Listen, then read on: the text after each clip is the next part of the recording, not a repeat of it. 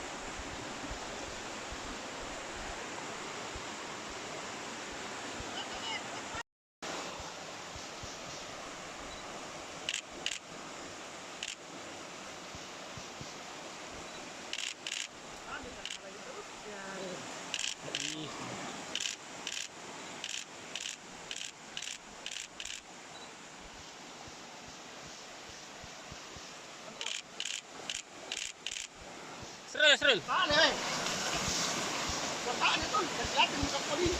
Apa aja, jamuk.